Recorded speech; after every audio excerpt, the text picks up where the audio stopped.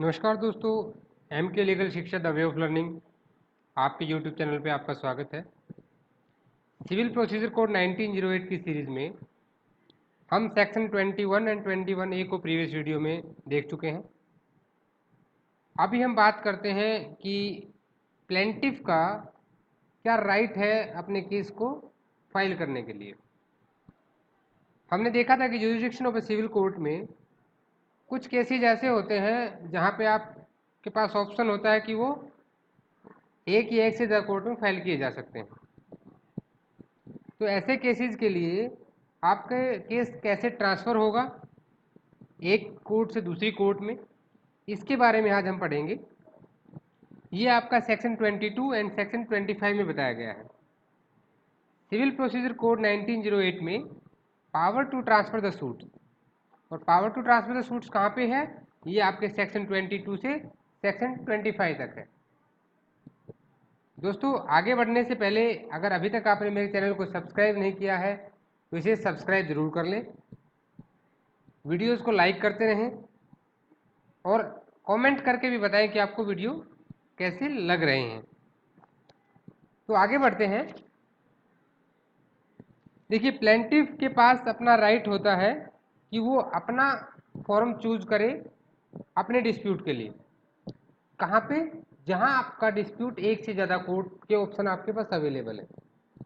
मान लीजिए आपकी जो इमूवेबल प्रॉपर्टी है वो या जो कॉज ऑफ एक्शन आपका हुआ है वो कहाँ पे हुआ है, जिस कोर्ट के जुरिडिक्शन में हुआ है। लेकिन अगर आपके पास ऑप्शन है कि आप एक से ज़्यादा कोर्ट में कर सकते हैं तो ये प्लेंटिफ का विल है कि वो कहाँ पे इसको फाइल करेगा। हम सेक्शन 22 को देखते हैं। सेक्शन 22 क्या कहता है कि power to transfer the suits which may be instituted in more than one court. ऐसे सूट्स को जिनको एक से ज़्यादा कोर्ट में हम फाइल कर सकते हैं उसको ट्रांसफ़र करने की पावर क्या है, ये कहाँ पे बताया गया है? सेक्शन 22 में। बेयर एक्ट की डेफिनेशन पढ़ते हैं।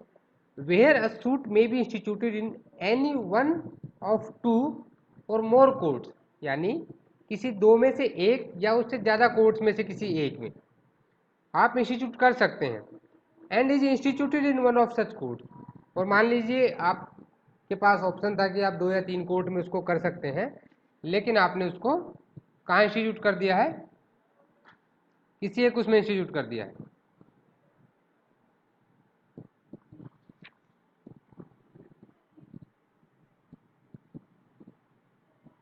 And is instituted in one of such courts, यानी किसी एक कोर्ट में आपने इंस्टीट्यूट कर दिया आपके सूट को।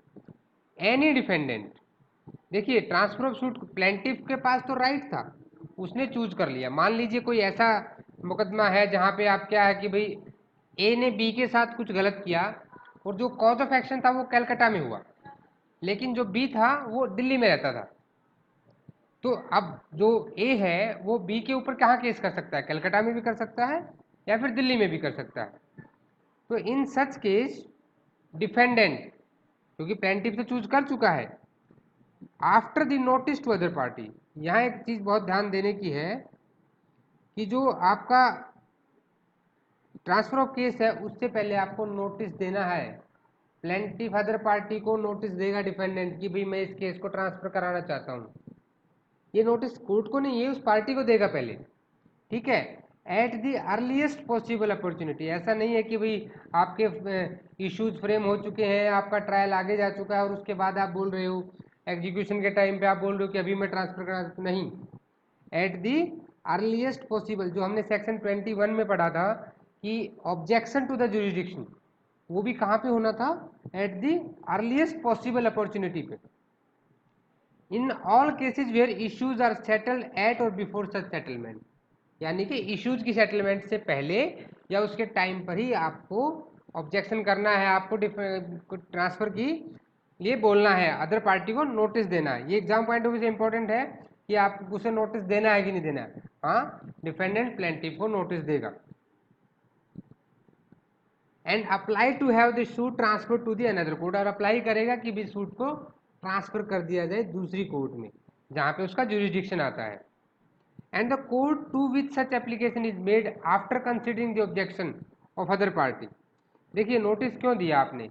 ये भी जब आप उसको नोटिस देते हैं और जब आप कोर्ट में अप्लाई करते हैं तो अदर पार्टी को उस पर ऑब्जेक्शन हो सकता है, और जब ऑब्जेक्शन होगा तो ऑब्जेक्शन होने के बाद आपका कोर्ट कंसीडर करेगा, ठीक है।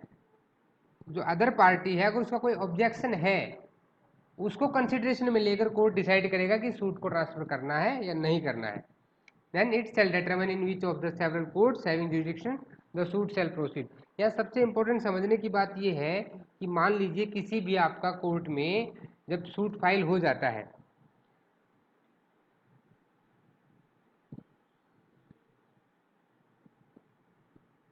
मान लीजिए ए ने बी के साथ कुछ एक डिस्प्यूट था इमूवेबल प्रॉपर्टी को लेके, और ये जो इमूवेबल प्रॉपर्टी थी उसकी, ये प्रॉपर्टी कहाँ पे थी, ये दो कोर्ट के जुरिडिक्शन में आती थी, ठीक है। ये दो कोर्ट्स के जुरिडिक्शन में है इसका पोर्शन। तो ये क्या है, ये इस कोर्ट में भी जा सकते थे और इस कोर्ट में भी जा सकते थे, ठीक है। अभी मान लीजिए ए ने इस कोर्ट में ये केस कर दिया है, तो बी यहाँ पे कह सकता है कि कोर्ट को इसका भी जुरिडिक्शन कोर्ट का है तो कोर्ट को यहाँ ट्रांसफर कर दिया जाए, लेकिन after the due notice to the a वो ऐसा कर सकता है। सेक्शन 22 आपको क्लियर हो गया होगा। अभी सेक्शन 23 को देखते हैं कि ये जहाँ तक आपको सेक्शन 22 में पता लगा कि आपको कैसे अपने केस को ट्रांसफर कराना है। सबसे पहले आपको अदर पार्टी को नोटिस देना है, सबसे इम्पोर्टेंट बात है। और दूसरा आपको क्या करना है, दूसरा आपको करना है कि कोर्ट में अप्लाई करना है ट्रांसफर उसके लिए। अगर अदर पार्टी कोई ऑब्जेक्शन है या नहीं है उसके बेस पे कोर्ट उसको कंसिडर करता है। लेकिन कौन से कोर्ट में एप्लीकेशन देनी है ये तो सेक्शन 22 ने नहीं बताया, ये आपको बताएगा सेक्शन 23 कि to what court application lies,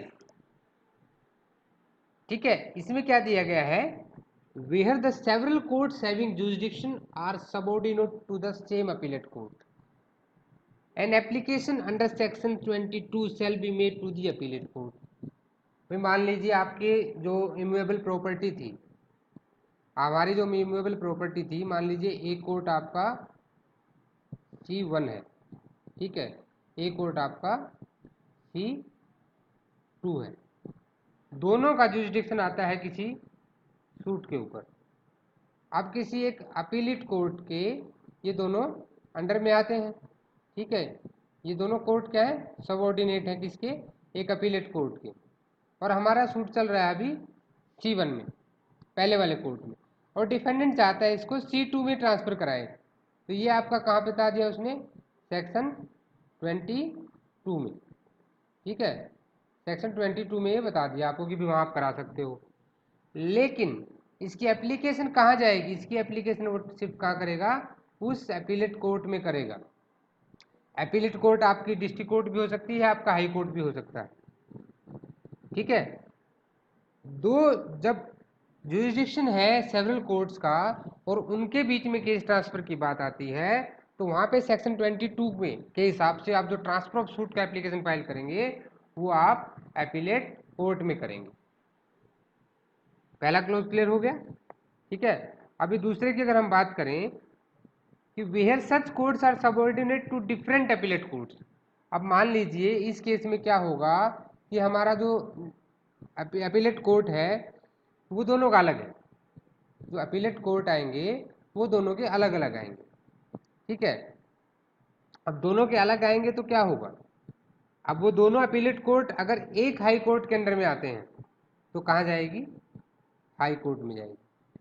कहाँ पे जाएगी, हाई कोर्ट में जाएगी, ठीक है। और तीसरा क्लॉज क्या है कि where such courts are subordinate to different high court.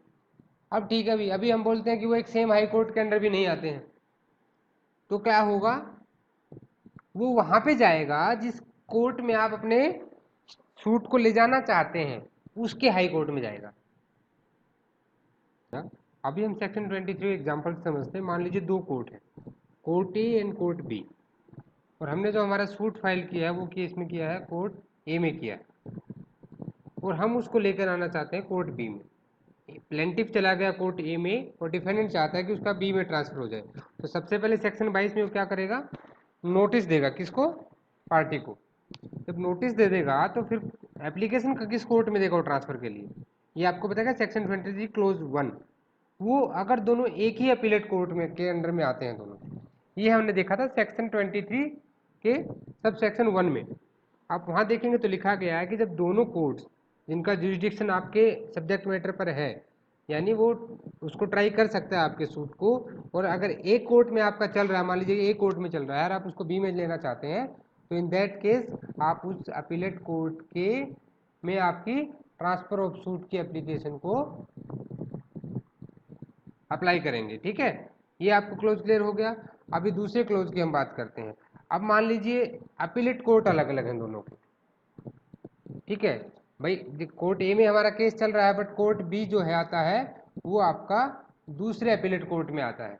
तो अब एप्लीकेशन कहाँ पे दी जाएगी, अब तो दोनों अलग हैं। तो यहाँ पे क्या क्लोज है, वो दोनों अगर एक ही हाई कोर्ट के अंडर में आती हैं तो कहाँ पे दिया जाएगा, वो उस हाई कोर्ट में दी जाएगी। अगर आप सूट को लाना चाहते हैं ए से बी में ट्रांसफर कराना चाहते हैं, तो आपकी जो एप्लीकेशन होगी वो कहाँ आएगी, वो आएगी आपकी हाई कोर्ट में। तो दोनों अपीलेट कोर्ट एक ही हाई कोर्ट के अंडर में आती हैं। अभी बात करते हैं क्लोज 3 की। क्लोज 3 में क्या बोला गया था कि मान लीजिए, ठीक है भाई, दोनों कोर्ट्स हमारी जो है, कोर्ट ए में हमारा कुछ केस चल रहा है, ठीक है, कोर्ट ए में हमारा केस है। अब इसको डिफेंडेंट लाना चाहता है बी में, लेकिन यहाँ क्या है कि ये दोनों डिफरेंट हाई कोर्ट्स के अंडर में आती है, अलग अलग स्टेट में। तो इन दैट कंडीशन क्या होगा, इसका हाई कोर्ट अलग है, इसका हाई कोर्ट अलग है। आप जिस कोर्ट में अपना केस लाना चाहते हैं, ठीक है, उसी के हाई कोर्ट में आपको ट्रांसफर ऑफ सूट की एप्लीकेशन देनी है। और कोर्ट क्या करेगा, with the due consideration of the any observation or any objection by the other party. अगर उनका कोई ऑब्जेक्शन है इसीलिए उनको नोटिस दिया जाता है, तो उस कंडीशन के बाद सेक्शन 23 सब सेक्शन 3 में उसमें बताया गया है कि अगर जब दोनों अलग अलग हाई कोर्ट हैं, तो जिस हाई कोर्ट के अंडर में आप केस ले जाना चाहते हो, वैसे हम बी कोर्ट में ले जाना चाहते हैं, तो उसके हाई कोर्ट में ही वो एप्लीकेशन लगेगी। आई होप ये आप क्लियर हो गया होगा। अभी हम बात कर लेते हैं सेक्शन 24 की जनरल पावर्स क्या है to transfer and withdrawal. Transfer of the suit and withdrawal of suit की जनरल पावर्स क्या है। देखिए, आप एप्लीकेशन देते हैं किस चीज के लिए, ट्रांसफर ऑफ सूट्स के लिए। कब देते हैं, पार्टीज को नोटिस देने के बाद। On the application of any of the parties and after notice to the parties. ठीक है, आपने नोटिस दे दिया और आपने एप्लीकेशन दे दी। After hearing of such of them as desired to be heard or its own motion without such notice the high court or the district court में एट एनी स्टेज। देखिए, इसमें जो डिस्ट्रिक्ट कोर्ट और high court है वो application के base पर भी या सुओ मोटो। सुओ मोटो क्या होता है, सुओ मोटो होता है आपका ओन मोशन। ठीक है, सुओ मोटो ओन मोशन बोलता है, यानी कि खुद से अपने आप संज्ञान लेना। संज्ञान ले सकता है कोर्ट उसमें खुद से, और संज्ञान लेके वो उस केस को ट्रांसफर कर सकता है या अपने पास मंगवा सकता है, किसी दूसरी कोर्ट में भेज सकता है। ये जनरल पावर्स हैं केस के ट्रांसफर की और विड्रॉल की। अब क्या कहा गया इसमें कि transfer of any suit, appeal or other proceeding, या तो कोई सूट हो, अपील हो, या कोई भी प्रोसीडिंग हो, पेंडिंग बिफोर इट, ठीक है, for the trial or disposal to any court subordinate to it and competent to try or dispose of the same. ये क्या कह रहा है कि वो उसे कंपिटेंट होना चाहिए, विदाउट कंपिटेंसी नहीं भेजेगा। कंपिटेंट होना चाहिए, सिविल मैटर है तो सिविल कोर्ट में भेजेगा, रेवेन्यू का मैटर तो रेवेन्यू कोर्ट में भेजेगा। ऐसा नहीं है कि वो जो कंपिटेंट होगा, कंपिटेंसी नहीं जाएगी उसकी, कंपिटेंट अगर है उसको डिस्पोज करने में तो वहाँ भेज सकता है उसके सबऑर्डिनेट कोर्ट में। फिर क्या कहता है कि विड्रॉ ऑफ एनी सूट, वो बात ही ट्रांसफर की, यहाँ बात कर रहा है किसकी, withdraw of any suit, appeal or any proceeding pending any court subordinate to it. किसी भी हाई कोर्ट या डिस्ट्रिक्ट कोर्ट के सबऑर्डिनेशन में, सबऑर्डिनेट कोर्ट्स कौन सी होती हैं, जो डिस्ट्रिक्ट कोर्ट के नीचे होगी लोअर कोर्ट्स, और डिस्ट्रिक्ट कोर्ट्स किसके सबऑर्डिनेट हो गई, हाई कोर्ट्स के। तो हाई कोर्ट और डिस्ट्रिक्ट कोर्ट के सबऑर्डिनेशन में जो भी कोर्ट्स हैं, ठीक है, it can try and dispose this same, ये इसकी पावर्स है। ठीक है, ये क्या है, इसकी पावर्स है। Transfer the same for trial or disposal to the any court subordinate to, देखिए ये चीज बात ध्यान देने की है कि any court subordinate to it. जैसे हमने बात की थी कि जब दो डिफरेंट हाई कोर्ट के अंडर आता है तो दूसरे हाई कोर्ट में देते हैं हम एप्लीकेशन। सेक्शन 23 के क्लॉज 3 में हमने देखा था, दूसरे हाई कोर्ट में देते हैं कि वो अपने सबऑर्डिनेट कोर्ट में उस केस को अलाउ कर सकता है, ये इसकी जनरल पावर है। लेकिन वो क्या होना चाहिए, it must be competent to try and dispose of. ठीक है, वो ट्रायल करने के लिए कम्पिटेंट होना चाहिए कोर्ट, ऐसा नहीं है कि कम्पिटेंट ही नहीं, वहां नहीं भेज सकता है। अब बात करता है ये रीट्रांसफर की। देखिए पहले था ट्रांसफर, रीट्रांसफर यानी दोबारा ट्रांसफर करना। Retransfer the same for trial or disposal to court from which it was withdrawn. ये वापस उसी कोर्ट में भी भेज सकता है, ये भी उसकी पावर है। तो इन चीज़ों को थोड़ा नोट करके रखिए, ये आपके एग्जाम पॉइंट ऑफ व्यू से भी काफ़ी इंपॉर्टेंट है। अब सेकंड क्या बोलता है इसमें कि where any suit or proceeding has been transferred or withdrawn under sub section 1 the court which is there after to try or dispose of such suit or proceeding may subject to any special direction in case of an order of transfer either retry it or proceed from the point at which it was transferred or withdrawn।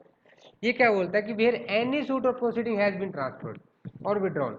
देखिए जो सब section 1 में इसने दिया है उसके हिसाब से मान लीजिए इसने किसी केस को ट्रांसफर कर दिया है या विड्रॉ कर दिया है, ठीक है। The court which is there after to try or dispose of the suit, जिस कोर्ट में उसको ट्रांसफर किया है जो उसको डिस्पोज करेगा या उसको ट्राई करेगा, ठीक है।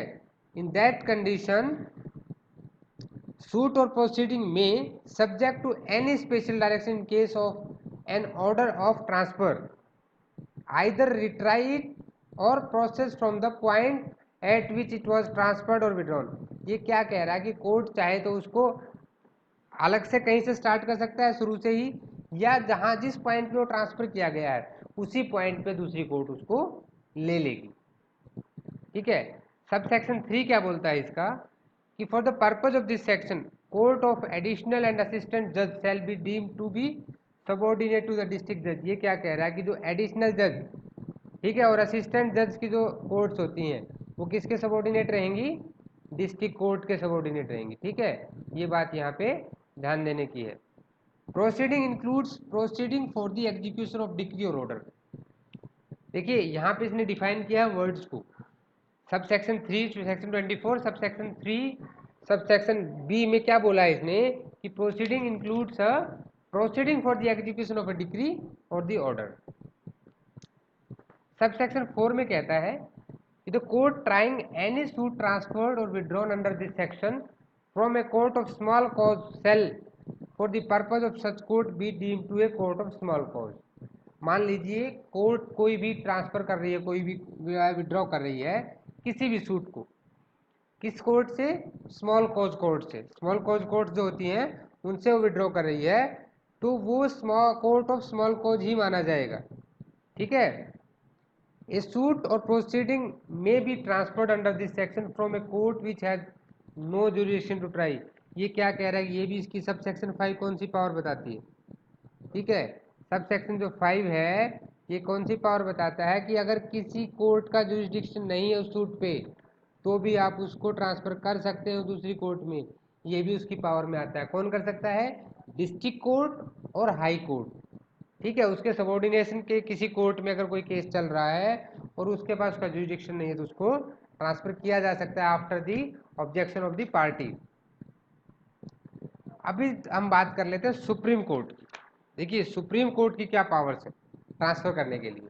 ये क्वेश्चन कई बार पूछा जाता है कि power to transfer the suits of the supreme Court किस सेक्शन में डिफाइन है। तो किस सेक्शन में डिफाइन है ये आप नोट कर लीजिए, सेक्शन 25 में, ठीक है। ये आपका एक इम्पोर्टेंट एस्पेक्ट है। कई एग्जाम्स अगर प्रीवियस पेपर से आप देखेंगे तो उसमें क्वेश्चन आपको मिलेगा। तो ये सेक्शन 25 क्या कहता है बेर एक्ट कि on the application of a party and after notice to the party. देखिए सबसे इंपॉर्टेंट क्या है, सेक्शन 22 से लेके सेक्शन 25 तक अगर आप देखेंगे तो सेक्शन 22 में भी ये चीज़ क्लियर हो गई है कि पार्टी को क्या करना है, एक तो एप्लीकेशन देनी है, कहाँ देनी है, सेक्शन 23 में बता दिया आपको, और आपको नोटिस भी देना है पार्टी को, ठीक है। ये नोटिस जरूर याद रखना है, सो दैट कि दूसरी पार्टी को कोई ऑब्जेक्शन है तो अपना ऑब्जेक्शन वो कर सकती है। And after hearing such of them as desire to be heard, the supreme court में एट एनी स्टेज, ये किसकी पावर में, सुप्रीम कोर्ट की बता रहा है। अगर वो सब सुनने के बाद उसको लगता है, he satisfied, Supreme Court satisfy है that an order under this section is expedient for the ends of justice, justice के लिए, direct that any suit, appeal or other proceeding be transferred from a high court to the other civil court in one state to the high court or other civil। देखिए जब High Court to High Court transfer होना होता है या किसी civil court से दूसरे state के सिविल कोर्ट में जाना होता है, तो ये सुप्रीम कोर्ट की पावर है कि ऑल इंडिया में वो किसी भी स्टेट से, किसी भी स्टेट के हाई कोर्ट में या किसी भी कोर्ट से इंडिया के किसी दूसरे कोर्ट में उस केस को ट्रांसफर कर सकता है।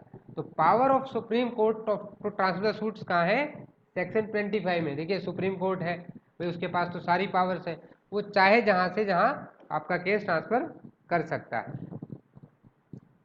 सब सेक्शन 2 क्या बोलता है इसका, every application under this section shall be made by a motion which shall be supported by an affidavit। तो इसमें एक एफिडेविट देना है, ठीक है। इसमें कहता है कि by a motion shall be supported by, जो एप्लीकेशन देगा डिफेंडेंट, उसमें जो पार्टी एप्लीकेशन देगी, after due notice to the plaintiff, ये इसमें याद रखना है आपको, ठीक है। तो इस केस में उसके साथ उसको एफिडेविट देना है, सपोर्टिंग डॉक्यूमेंट एफिडेविट दे रहा है कि मुझे वहाँ वो सूट क्यों चाहिए, क्यों ट्रांसफर होना चाहिए, उसका जुरिडिक्शन है वहाँ पे, ये उसको बताना है उसमें। और सब सेक्शन 3 क्या कहता है आपका, ठीक है, सब सेक्शन 3 बोल रहा है कि the court to which such suit, appeal or other proceeding, ठीक है। देखिए कॉमन सी डेफिनेशन है सभी में, is transferred shall subject to any special direction in the order to transfer either retry it or process from the stage. देखिए same वही बात कह रहा है कि जो सेक्शन 24 ने कहा था, वहाँ पे हाई कोर्ट और डिस्ट्रिक्ट कोर्ट की पावर की बात की थी, यहाँ हम सुप्रीम कोर्ट की पावर की बात कर रहे हैं, और दोनों के सब सेक्शन 3 सेम है।